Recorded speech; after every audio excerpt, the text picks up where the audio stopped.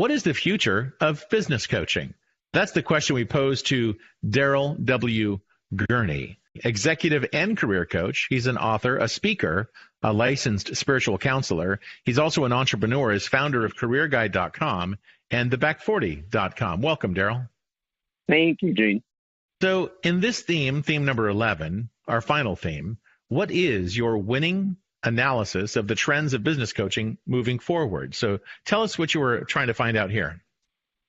Well, as a wrap-up theme, I wanted to point out a particular survey done by one of the largest bodies of coaching, I guess I would call certification, called the ICF, the International Coaching Federation. And one of our panelists, David, had pointed out a couple themes ago a survey, a fairly recent survey that anyone can find if you go to coachfederation.org and put in survey or go to their blog. I think it was a couple months ago. And the ICF membership was asked how likely are the following trends in executive coaching industry moving forward. And it posed several trends. And so I wanted to throw this out to this group to see what they saw out of that survey. So you mentioned the people, the panel. Let's talk a little bit about the people that served on the panel. I'll just say, as we do wrap this last few months up, that such a privilege to work with these people in throwing out ideas and hearing of various corporate experience in coaching, external, internal, and even around the world. Just a really great grouping of panelists that serve to share their insights and knowledge. Well, let's get into your executive summary. It seems like there's a great deal of passion and energy associated with this executive summary. Will you walk us through this? Because it sounds like it was pretty full.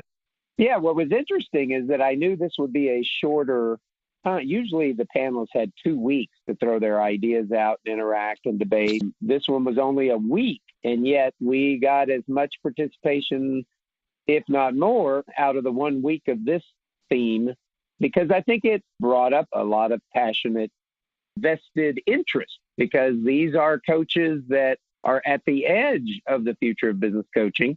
And this particular survey portended certain things going forward, and to them might even be questionable in terms of it being an accurate estimate of what's going to be happening. So lots of people got on the edge of their seat and throwing out a lot of strong opinions. Great. Well, let's get into your key point number 1. Again, emotion, for me, is the word that keeps coming to mind. It seems like people just really had very strong opinions about this. Yeah, they did. Every situation that a coach faces or that an organization faces is going to be different. There's the human factor that's always got to be played in, which cannot cookie cutter humans, and you can't cookie cutter where they're going. And certain basic things like leadership. And can you bottle leadership? And if you could, you wouldn't maybe need coaches, but that's never going to happen. So therefore, there's always going to be the need for coaches, and it's going to require flexibility, and every situation is going to be different. So we can't, they basically were first saying no survey is going to determine this. Mm-hmm. Well, what I was really surprised in key point number 2 is the strong animosity towards ICF. Well, yeah, I wouldn't say animosity. What I would say, though, is a recognition that it's not going to be the be-all, end-all. As Alan pointed out, it's one of the largest worldwide organizations around coaching, and yet its main charter, so to speak, is certifying coaches. So basically, he's saying that this is more of a testing organization, doesn't really measure impact. Don was basically saying nobody's ever turned away from ICF if they've got the money. And so and this has come up in the past as someone looks back in some of our other themes, is that there's a whole lot of amazing coaches out there with huge lists of top executives that they coach, and they don't even have a certification. So certification doesn't mean one is a good coach. Lack of certification doesn't mean one is not a good coach. And so we've got a survey that's put out by an organization that certifies coaches, but it doesn't capture everything there is to know about coaching, or it doesn't survey all the people who have great insight about what the future of business coaching is, but aren't part of that organization. Great. So in key point number 3, there's more going on than we really had a chance to cover. Is that right? Well, here's a couple trends that everyone kind of agrees are happening. Is commoditization of coaching is a trend. And for the last 20 years, 25 years, the idea of coaching and, its impact on organizations has grown. What's also grown is the incorporation of internal bodies of coaches, or the coaching principle as a whole brought into organizations. And therefore, when anything becomes more and more popular, there's always the tendency towards how do we systematize it? How do we make it cheaper? So commoditizing and perhaps the impact on fees for coaches is a trend. And then another trend is AI, artificial intelligence, and the impact that that's going to play is nobody knows. The panelists here have seen and experienced more and more of the encroachment of artificial intelligence. Is it going to serve as a support to existing coaches and to existing coaching structures? Some are afraid is it going to replace?